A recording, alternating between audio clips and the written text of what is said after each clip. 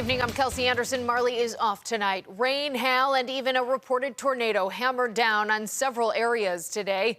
Let's take a look at video sent in by a viewer. You can see the damage done after that reported tornado in Great Valley. That's about 5 miles south of Ellicottville. It happened between 5:30 and 6 o'clock tonight, and our Dylan Morello is live there. He spoke to neighbors and emergency crews. Dylan. Yeah, that's right, Kelsey. When we arrived in the Great Valley area around 7 p.m., debris as far as the eye can see scattered almost everywhere in this area. What looks to be most certainly a reported tornado. Now, let me show you what we saw once we did arrive here. This was the scene at the intersection of Farm Market and Sugartown Road. The path of the reported tornado, you could tell visible in the surrounding hills. And as you can see, roof, siding, and the kitchen sink thrown everywhere. Sheets of metal even hanging on power lines, mailboxes destroyed, and huge pine trees crushing parked cars. Neighbors tell us that this was where a 2-story barn stood just a few hours ago. No animals were inside at the time it collapsed, luckily. I'm currently at the Great Valley Volunteer Fire Hall after power crews moved in to work on the hard-hit intersection. They telling us to leave for our safety. Now, county officials have set up a, quote,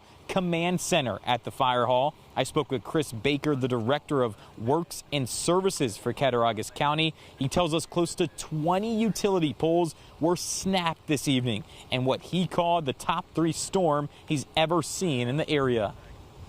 We have not had any injuries, and we did have a FedEx employee that was making a delivery that was trapped at the intersection that was in the heart of the storm as it hit, and picked the van up and threw it in the ravine, and but fortunately she was unhurt.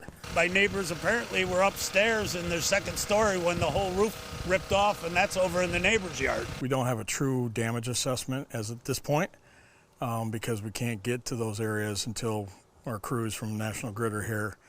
National Grid has 12 crews here right now working on it. I didn't think much of it at that particular time. I'm looking out the front door, and then all of a sudden the pine cones just started coming out of the pine trees, and I shut the door, and then all hell broke loose after that. So all the pine trees fell down on my house, and it was just crazy for about that, 60 seconds, and then it was done.